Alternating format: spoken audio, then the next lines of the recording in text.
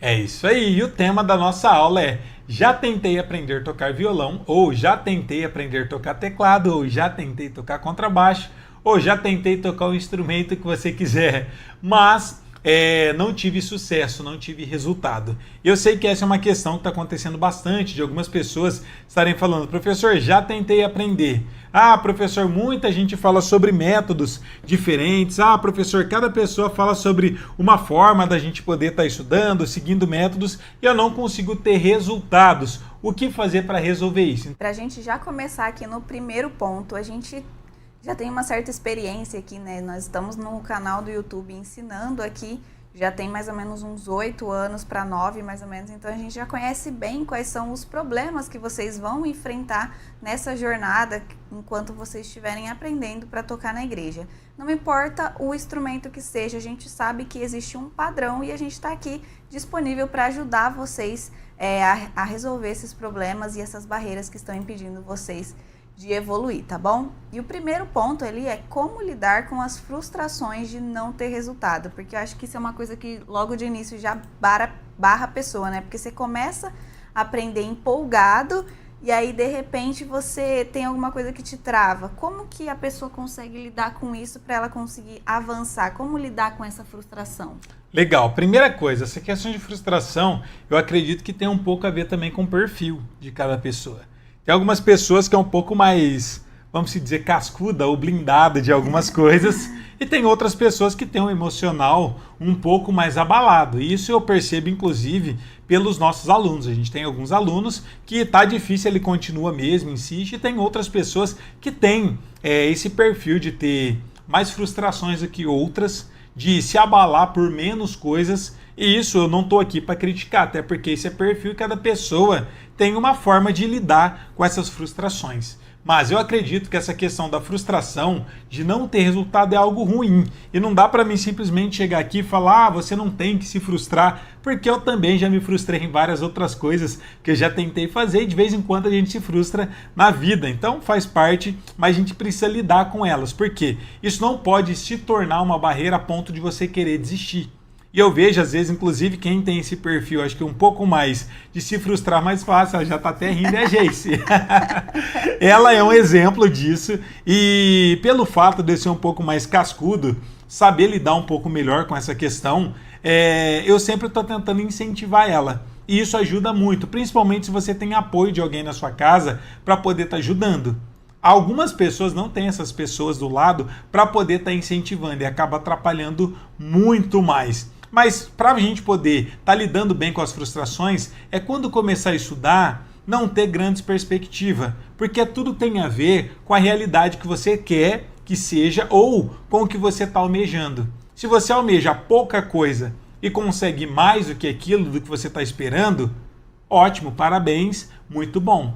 Agora, se você está esperando muito de você e você não conseguir, ou mesmo que você faça o necessário, conseguir desenvolver bem, mas você estava esperando muito mais, obviamente que você vai se frustrar demais, gente. Demais, demais, demais. A gente tem um exemplo aqui que foi muito legal. A gente, toda vez que vai fazer qualquer coisa, a gente sempre fica tentando, é quase que um bolão, não é uma aposta, mas eu sempre falo pra Geice: e aí, o que você acha que vai ser? Como você acha que vai ser? E ela sempre dá o palpite dela, eu sempre dou meu palpite, principalmente quando a gente abre novas inscrições para os nossos cursos. Eu sempre falo para ela: e aí, quanto que você acha de aluno que vai entrar novo? Você acha que nossa turma vai crescer quanto? Você acha que vai ser uma turma maior do que a anterior? A gente sempre faz isso. Por isso que é importante você sempre ter uma perspectiva menor do que maior, porque senão você se frustra. A gente foi para São Paulo para poder estudar, fazer um treinamento. Tinha aniversário da Geice que foi depois, tinha Natal, Ano Novo. E quando a gente voltou, a gente resolveu abrir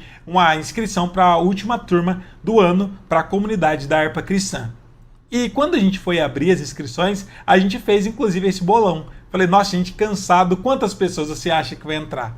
A Geice achou que ia entrar umas 5 a 10 pessoas, né, mais ou menos. Uhum. Eu também não tinha pensado tanto, a minha expectativa não estava tão grande. E o mais incrível é que entrou quase 60 alunos, sendo que a gente estava com umas expectativas muito pequenas. A gente, inclusive, nem divulgou muito sobre a comunidade, sobre essa última turma que a gente estava abrindo do ano.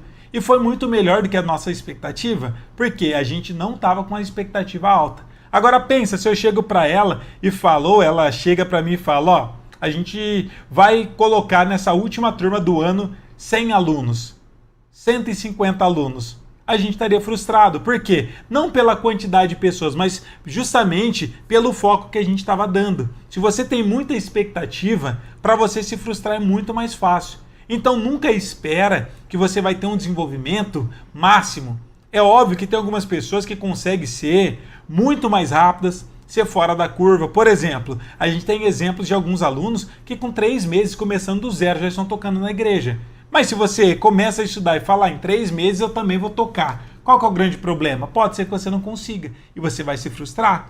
Então pensa que tocar um instrumento ou você começar a tocar na igreja é uma jornada. Exige uma caminhada para você conseguir estar desenvolvendo. Mas se você começa a colocar algumas metas impossíveis de se cumprir, ou não tão comuns, não típicas, por exemplo, aprender a tocar e começar a tocar na igreja em 3 meses é possível? Sim, a gente tem vários exemplos disso. Mas é comum? Não, porque entre todos os nossos alunos, não é a maioria que toca em 3 meses, mas uma grande parte consegue, mas isso não é a média. Então você não vai se basear pela média. Então se você está começando a estudar hoje, ou se você nunca aprendeu a tocar um instrumento, ou nunca conseguiu tocar na sua igreja, porque você acha que daqui 1 mês ou 2 meses você já vai estar conseguindo. Então, melhora aí as suas metas para ficar mais fácil. Agora, o que é possível fazer? Que é exatamente o que a gente quer apresentar para vocês aqui nesse podcast e mostrar para vocês que é possível qualquer um de vocês, quem está começando do zero, ou quem já sabe um pouco, se tornar um músico preparado para tocar no reino de Deus, para tocar na sua igreja. Coloca uma meta muito mais palpável, muito mais simples, porque se você conseguir tocar em 3 meses, melhor ainda. Agora, se você levar 6 meses ou levar 1 ano, você não vai ficar frustrado, porque a sua expectativa está alinhada com o que você está conseguindo ter de resultado. E essa questão de você ter um alinhamento para você não se frustrar é muito importante. Igual eu falei, se eu não me engano, foi no primeiro podcast, que é sobre você ter uma meta grande, mas você também ter metinhas, as metas pequenas. Porque às vezes só você caminhou, estudou, aprendeu pra caramba, só que você não conseguiu tocar na igreja. Aí você vai invalidar todo aquele trabalho que você já teve por causa da sua frustração, que você não conseguiu ainda tocar na igreja. Então, você precisa também estruturar o seu estudo, a sua mente e tudo, para que você também saiba percorrer esse caminho de um jeito que você não vai perder todo o trabalho que você já teve. E o que também falou sobre a questão da personalidade, né? Como ele falou, eu sou a pessoa mais mole, ele já é uma pessoa mais racional. Então, quando eu tô com muita coisa para fazer, eu fico o tempo inteiro na minha mente. Eu vou dar conta. Mas quando eu vejo que eu não vou dar conta, aí é onde meu mundo desaba. Eu começo a chorar, eu venho no que é desesperada, o que eu vou fazer? E eu sei que ele sempre vai ter uma solução, porque ele é um cara muito racional, então ele já bola um plano ali, não, o que a gente vai fazer para resolver isso? A gente vai fazer isso, e pronto. Mas isso é a minha personalidade, a personalidade dele. Às vezes você é como eu. Assim, você tá fazendo tudo o seu máximo, mas de repente alguma coisa ali não deu certo, te bloqueou, e aí você vai simplesmente ficar chateado e vai largar tudo que você já fez. Não, você precisa ter alguém para você ter esse acolhimento. E às vezes você não vai ter uma pessoa física como Kia, mas esse é o poder da comunidade. De você estar junto com pessoas que estão ali no mesmo propósito e cada um com a sua personalidade vai te ajudando e te guiando. Isso também é muito importante, por exemplo, onde você está com um professor. Porque ele vai te mostrar, falando assim, você errou nisso, mas é isso que você tem que fazer. Então, às vezes, a frustração é somente uma forma diferente, uma forma negativa de você ver a situação que você está. Por isso que é importante você saber lidar, e tudo tem um plano, né? Sim. Qualquer situação a gente consegue, se parar para pensar, às vezes com um olhar diferente, você consegue resolver essa situação. E olha só, galera, nos dias 29, 31 de maio, dia 1 e 2 de junho, sempre às 21 horas, vai acontecer a jornada Tecladista Preparado para Tocar na Igreja. Um evento 100% online gratuito, onde você vai ter um plano perfeito para ser um tecladista preparado para tocar na igreja. Se você tem o objetivo de aprender a tocar teclado para estar adorando a Deus com excelência aí na sua congregação, esse evento é para você. você vai descobrir como você vai conseguir tocar teclado na sua igreja de forma rápida e descomplicada, mesmo sendo iniciante do absoluto zero. E o que você vai aprender na jornada Tecladista Preparado para Tocar na Igreja?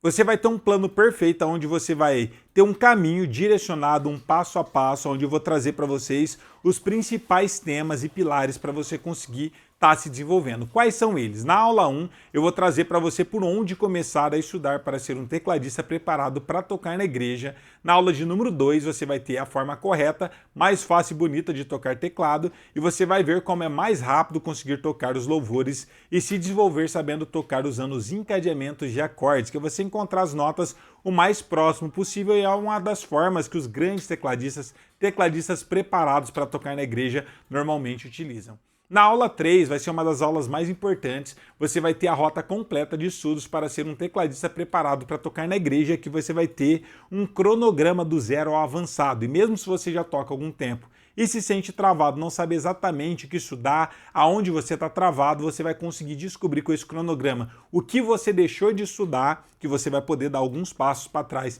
para ter essa base completa. E para você que já toca há algum tempo, ou se você nunca relou a mão no teclado ou está no início, ali você também vai ter esse plano completinho, correto, para você conseguir estar se desenvolvendo. E na nossa aula de número 4, você vai descobrir qual o seu tipo de ouvido e como desenvolvê-lo para conseguir tirar os hinos de ouvido, e descobrirá que isso não é dom e sim técnica. Você vai ter os primeiros passos para conseguir estar desenvolvendo o seu ouvido para tocar aí na sua igreja com segurança. Para fazer a sua inscrição é muito simples, é só você colocar o seu nome e digitar o seu e-mail e clicar em fazer as inscrições. Por quê? Você se inscrevendo, você vai garantir o link das aulas, e depois você vai clicar aqui em fazer sua inscrição e vai ter uma segunda página onde vai ter um grupo do WhatsApp exclusivo, que é um grupo silencioso. Você não vai ficar recebendo mensagens de outras pessoas, é só para ser notificados das aulas e para vocês receber os materiais de apoio. Todas essas aulas vão ter materiais de apoio que eu vou estar disponibilizando para vocês, para quem estiver dentro desse grupo do WhatsApp, e assim você garante a sua vaga. Então, dia 29 e 31 de maio, 1 e 2 de junho, sempre às 21 horas, a gente tem um encontro marcado para a nossa jornada tecladista preparado para tocar na igreja. Faça sua inscrição e nos vemos lá.